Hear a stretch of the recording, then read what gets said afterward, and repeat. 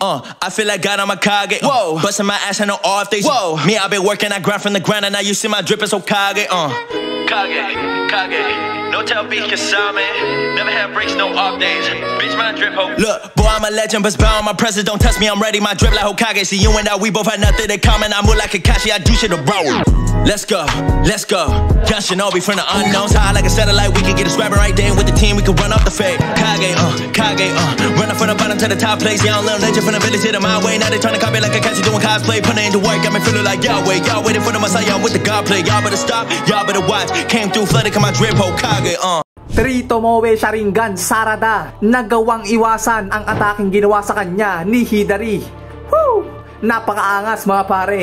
So kung itong 3 Tomoe Sharingan Sarada nagawang iwasan yung atake ng humanoid Dentails, masabi na natin guys na itong si Sarada mas malakas na nga sa 17-year-old na si Sasuke. Kasi imagine that, yung 17-year-old na Sasuke hirap na hirap ng labanan ang 8-tail Jinchuriki na si Killer Bee. Partida guys, kasama pa ni Sasuke sila Suigetsu, Karin at Jugo nung labanan nga ni Sasuke itong si Killer Bee na 8-tails Jinchuriki. Pero nakita naman natin na hirap pa rin si Sasuke na labanan itong si Killer Bee. 3 Tomoe Sharingan din si Sasuke dyan mga pare. Pero hirap na hirap siyang iwasan yung mga atake sa kanya ng 8-tail Jinchuriki na si Killer Bee. Samantalang ang 16-year-old Sarada na 3 Tomoe Sharingan din nagawang iwasan ng atake ng humanoid Dentails na si Hidari. So alam naman natin guys na far away ang lakas at bilis nitong ni Hidari kumpara dito sa 8-tail Jinchuriki na si Killer Bee. So kung yung 16-year-old na 3 Tomoe Sharingan Sarada nagawang iwasan si Hidari, tapos yung 17-year-old Sasuke na 3 Tomoe Sharingan nahirapang iwasan yung mga atake sa kanya ng 8-tail Jinchuriki na si Killer Bee, masasabi natin guys na mas maangas nga ang 16-year-old Sarada kumpara dito sa 17-year-old na Sasuke. So paunang patikim pa lang yan mga pare ko na kung gaano nakakaangas itong si Sarada gamit ang kanyang Sharingan pa lamang. Yes guys, take note, Sharingan pa lang to, hindi pa Mangekyou Sharingan. Pero ganun na agad galiksi si Sarada. Parang tiyuhin niya lang na si Itachi nung magkasabay na labanan si Killer Bee at si KCM Naruto. Napakadaling naiiwasan ni Itachi yung sabay na atake na ginagawa ni Killer Bee at KCM Naruto. Lods, teka muna. Edo Tensei Itachi kasi yan. Kaya ganyan kaliksi si Itachi. Guys, ganito.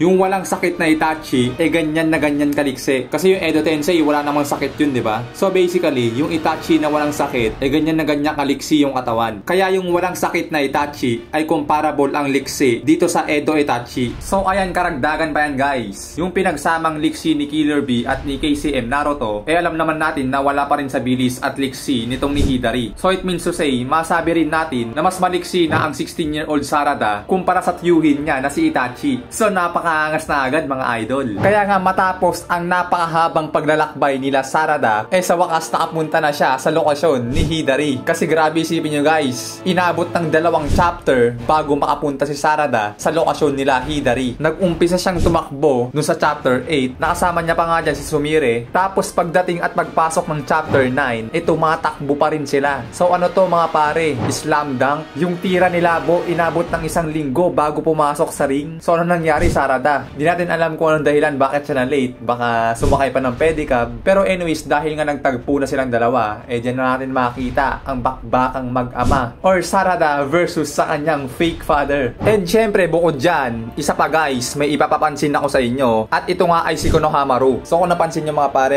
ilang chapter na ng Two Blue Vortex na nagdaan, kakaperaso nga lang ang appearance netong ni Konohamaru. Pero pagdating dito sa chapter 10 ay inireveal na nga itong si kumparing Konohamaru. Pero ang isang katanungan dito, kung papansin ninyo, bakit naka-forehead protector na itong si Konohamaru? Bakit ganon? Samantalang kasi kung papansin ninyo sa mga nagdaang chapter, hindi naman siya naka-forehead protector doon. Katulad ng karamihang ninja. Although sa iba, hindi ito nilalagay o pinapwesto sa kanilang ulo. Meron sa balikat, meron sa leeg, mga ganon. Pero dito kay Konohamaru, sa mga nagdaang chapter kasi hindi niya talaga suot-suot o hindi natin makita na dala-dala niya itong forehead protector niya. Ngayon, pagdating sa chapter 10, nung makita niya si Sarada na inatake ni Hidari, bakit niya suot-suot? Anong ibig sabihin? So ano yan, ibig sabihin niya, it's hero time. Parang Ben 10 lang, no? Pero para sa akin, siguro kaya sinuot ni Konohamaru yan o binalik. Dahil pagpapahiwating lang siguro na bakbakan time na, kumbaga. Pero para sa akin na naman yun. Hindi natin alam alam kung ano talaga yung purpose ng author. Bakit nga biglang nakasuot ng forehead protector itong si Konohamaru. At bukod din dyan sa forehead protector na biglang sinuot nga ni Konohamaru, ay dito mga pare, pinapakita rin ang pag-uusap nila Momoshiki at Boruto. So dito may idea na tayo kung bakit sila nag-uusap, no? Dahil nga sa nakarang chapter, nakita naman natin na hindi kayang kontrolin ni Boruto yung kanyang karma seal. Na doon ngayon muntikan pang makalabas si Momoshiki kung hindi agad nakalayo at hindi agad napigilan ni Boruto. Ngayon, nung pag-alis ni Boruto dyan sa part na yan, after nyan, dyan na nga nag-usap sila Momoshiki at Boruto. Pero dyan guys, wala pang official na sinasabi kung ano nga ba talaga yung pinag-uusapan o pinagchichikahan nitong dalawang to. Pero most likely, alam naman natin na isa sa mga pag-uusap nila dyan is yung panunokso ni Momoshiki kay Boruto na, sige na, palabasin mo na ako.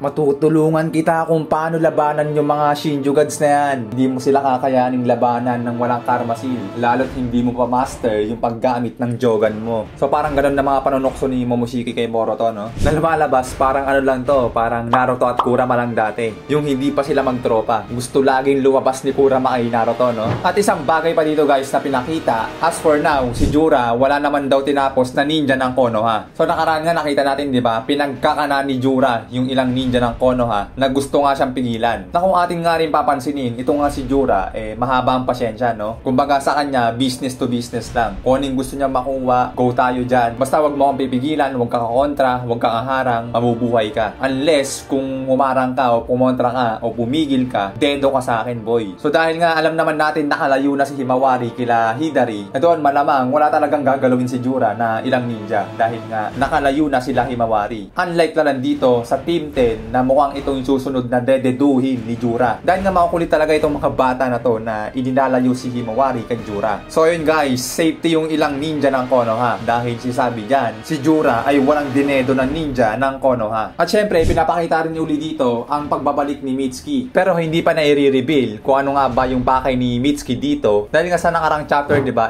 sinabi na ni Boruto yung katotohanan na hindi nga siya kalaban. At dahil sa bagay na yon, nagkaroon na ng idea si Mitsuki patungkol sa mga nangyayari. So ngayon dito, sa pagbabalik ni Mitsuki at mukhang bakbakan na nga din, I guess, magiging kakampi na dito si Mitsuki at tutulong na sa mga pakikipagbakbakan sa mga kalaban. So ano kaya mangyari guys? Kasi kung si Sarada nagawa ng ilagan si Hidari, dito kay Mitsuki hindi ko sure kung magagawa niya nga bang ilagan din yung ilang atake ng Shinjugans. So ayun pa nga lang guys, ang mga ilang pangyayari na ganap dito sa mga ilang leak panel ng chapter 10 ng Two Blue Vortex. At yung mga ilang leak panel na yan, syempre basically hindi pa natin alam yung buong mga mangyayari. Halimbawa na lang dito sa Sarada vs Hidari.